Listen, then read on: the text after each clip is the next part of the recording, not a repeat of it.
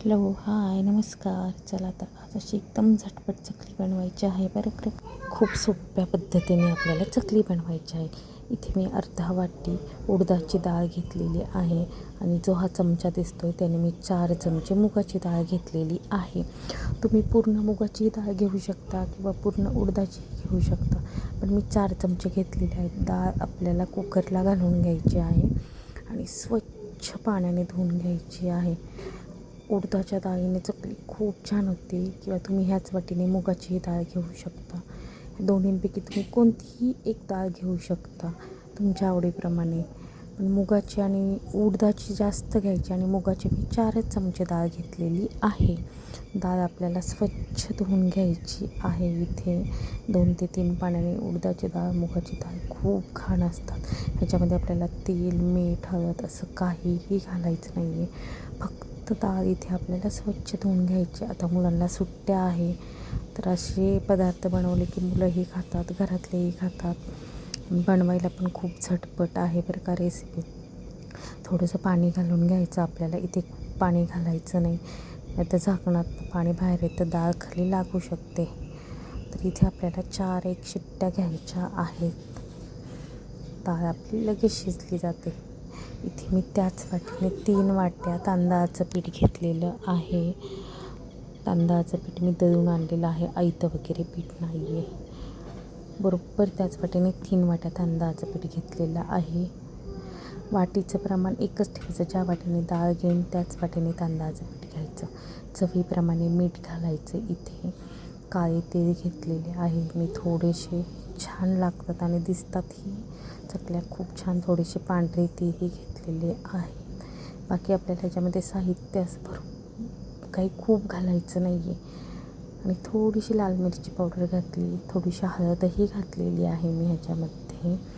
आणि तेल इथे मी आपली जी तेलाची पळी असते त्याने 3 पळ्या तेल घेतलेलं आहे. खूप तेलाची गरज नाही आहे आपल्याला. इथे 3 ते 4 पळ्या तेल घ्यायचं आहे आपल्याला.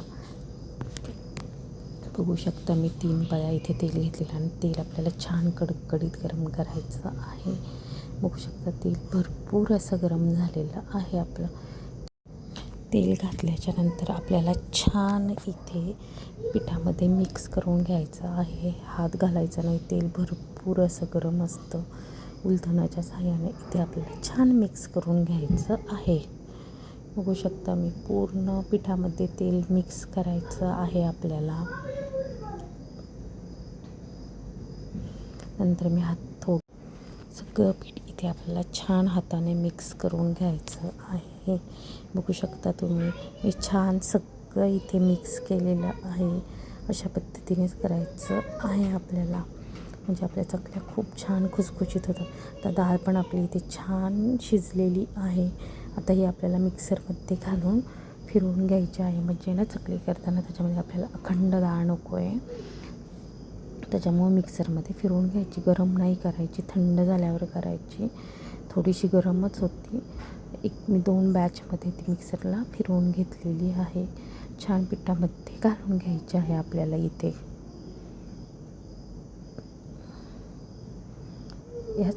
अशाच पद्धतीने मी 2दा मिक्सरला बारीक केली आणि घालून घेतलेली आहे.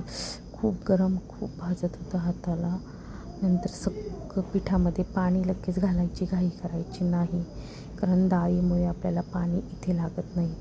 तर डाळ गरम असल्यामुळं आपल्याला इथे पीठ मळायला गरम पाण्याचीही गरज पडत नाही. अशा पद्धतीने तुम्ही चकली करून बघा, खूप छान होते.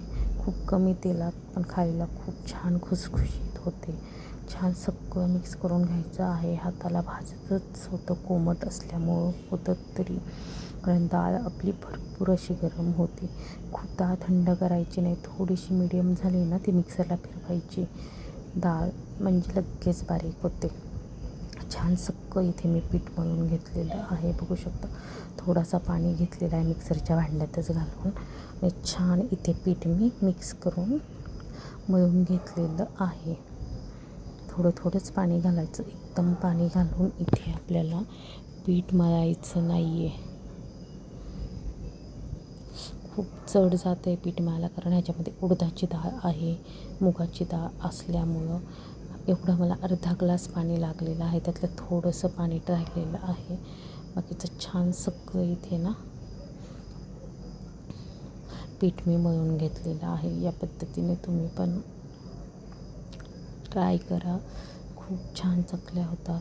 तर जेव्हा चकली बनवायच्या वेळेस ना थोडासा गोळा काढून घ्यायचा, थोडासा पाण्याचा हात लावायचा आणि छान पीठ एकदम मऊ लुसलुशीत असं मळून घ्यायचं बरं का. म्हणजे चकली पण आपली ना छान होते. आणि ना आपल्याला पीठ पातळ नाही करायचं. पीठ पातळ जर केलं ना तर त्याला ना काटेच पडत नाही.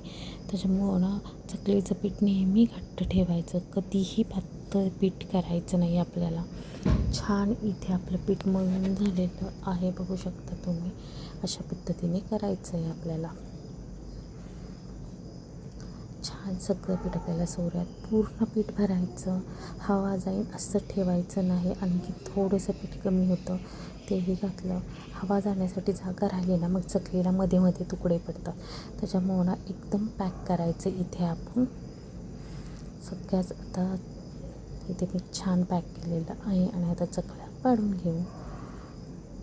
पोळपाटावर पाडा, पेपरवर पाडा, नाहीतर डायरेक्ट तेलातही करू शकता. मी तसेही केलेले आहेत, दाखवतेच तुम्हाला पुढे. छान इथे सगळ्या चकल्या बनवून घ्यायच्या.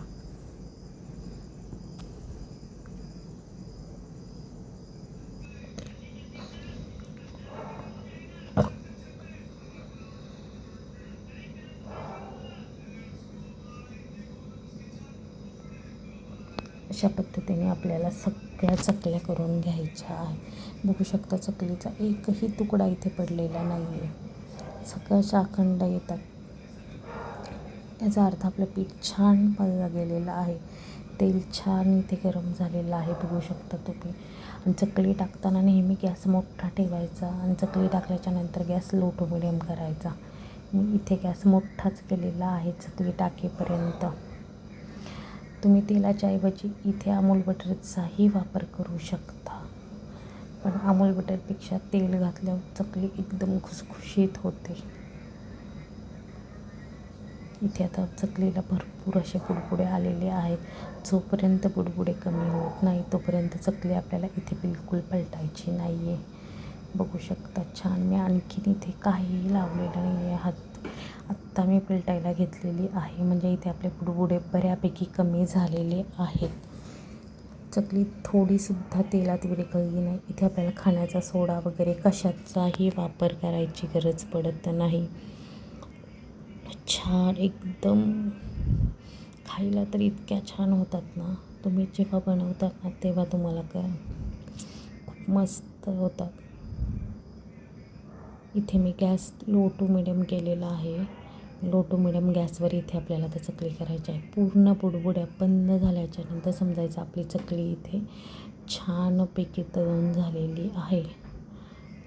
तळायलाही खूप, चकली करण्यापेक्षा ना तळण्यालाच वेळ लागतो, तरच चकली आपली शेवटपर्यंत कुरकुरीत राहते. महिनाभरसुद्धा राहत नाही, 15 दिवस पण चकली राहत नाही, इतकी छान होते टेस्टला. बघू शकता रंग किती छान आलेला आहे उडदाच्या डाळीमुळे. भाजक्या डाळ्यांची तर आपण प्रत्येक वेळेस करतो पोहे वगैरे घालून, पण अशी तुम्ही करून बघा, खूप छान होते. मी डायरेक्ट अशी तेलातही केलेली आहे, तुम्ही डायरेक्ट पण करू शकता किंवा पोळपाटावरही करू शकता, चॉईस तुमची आहे. छान इथे चकल्या आम्ही तेलात अशा डायरेक्ट सोऱ्याने डायरेक्ट तेलात सोडलेल्या आहेत. खूप छान चकल्या झाल्या होत्या. आणि थोडासा कढीपत्ता तळून घ्यायचा, इतक्या सुंदर लागतात ना त्यांनी. बघू शकता सहज तुटतात. मी तुम्हाला दाखवते पण जवळ बघा. खूप अशा एकदम खुसखुशीत झाल्या होत्या, तेलकट वगैरे काही लागत नव्हत्या हाताला. तुम्ही पण एकदा नक्की ट्राय करून बघा. व्हिडिओ थोडा जरी आवडला तरी लाईक, शेअर, सबस्क्राईब करा. चकली दिसायलाच एवढी छान आहे, खायला पण तेवढीच छान लागत होती, बनवायला पण तेवढी सोपी आहे. घरातल्या साहित्यात होते, साधी सिंपल रेसिपी आहे. नक्की ट्राय करून बघा. व्हिडिओ आवडल्यावर लाईक, शेअर, सबस्क्राईब करा. चला तर मग बाय.